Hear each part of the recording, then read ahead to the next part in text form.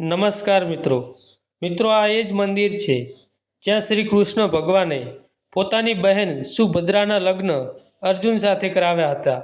તો ચાલો મિત્રો આપણે આ બોરદેવી માતાજીના ઇતિહાસ અને શ્રી કૃષ્ણ ભગવાને કરેલી લીલી પરિક્રમા વિશે અમારો આ વિડીયો પસંદ આવે તો અમારી આ ચેનલને લાઇક શેર અને સબસ્ક્રાઈબ કરવાનું ભૂલતા નહીં। કહેવાય છે કે બહેન સુભદ્રાના લગ્ન માટે શ્રી કૃષ્ણએ પ્રથમ લીલી પરિક્રમા કરી હતી, તેમજ બોરદેવીની જગ્યા ખાતે બોરડીના વૃક્ષ નીચે આવેલ માતાજીના મંદિરે બહેન સુભદ્રા અને અર્જુનના લગ્ન કરવામાં આવ્યા હતા। પુરાણોમાં થયેલ ઉલ્લેખ અને ધાર્મિક માન્યતા અનુસાર ભગવાન શ્રી કૃષ્ણએ બહેન સુભદ્રાને અર્જુન સાથે પરણાવવા માટે બહાનું કરીને પરિક્રમા કરી હતી અને સતત 5 દિવસ સુધી ગિરનારના જંગલોમાં વાસ કર્યો હતો। તો મિત્રો આજે પણ આ ગિરનારની લીલી પરિક્રમા કરવામાં આવે છે, જે દર વર્ષે કારતક સુદ 11ના દિવસથી પૂનમ સુધી એટલે કે 4 દિવસ ગિરનારની લીલી પરિક્રમા કરવાનો સમય હોય છે। આ ગિરનારની લીલી પરિક્રમા કરવા માટે દર વર્ષે 8 થી 10 લાખ પણ વધુ શ્રદ્ધાળુ આ ગિરનારની લીલી પરિક્રમા કરતા હોય છે।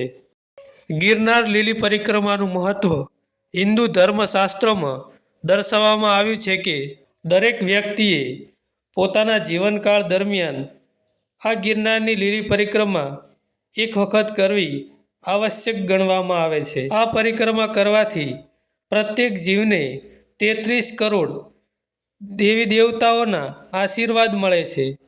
આ ઉપરાંત આ પરિક્રમાનો મૂળ ઇતિહાસ ભગવાન શ્રી કૃષ્ણ સાથે જોડાયેલો છે। વૈદિક સાહિત્ય અનુસાર ગિરનાર વિશ્વનો સૌથી પ્રાચીન પર્વત છે।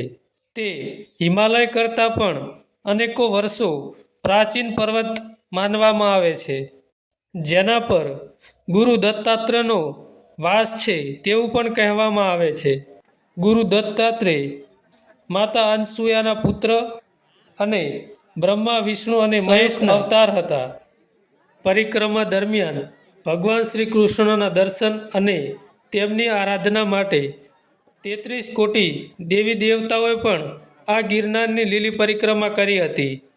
ત્યારથી લઈને આજ દિવસ સુધી આ પરિક્રમા અખંડ રહી છે। કહેવાય છે કે આજે પણ ભગવાન શ્રી કૃષ્ણ આ સમયગાળામાં લીલી પરિક્રમા કરવા આવતા હોય છે અને 33 કોટી દેવી દેવતાઓ પણ તેમની સાથે હોય છે, જેના કારણે આ પરિક્રમા વિશેષ રીતે આસ્થા, આધ્યાત્મિક અને ધર્મની દ્રષ્ટિએ આ પરિક્રમા મહત્વની ગણવામાં આવે છે। ધરતી પરના તમામ જીવો એક છે અને ગર્વોગઢ ગિરનાર તમામ જીવોનું ઉદ્ગમ સ્થાન છે।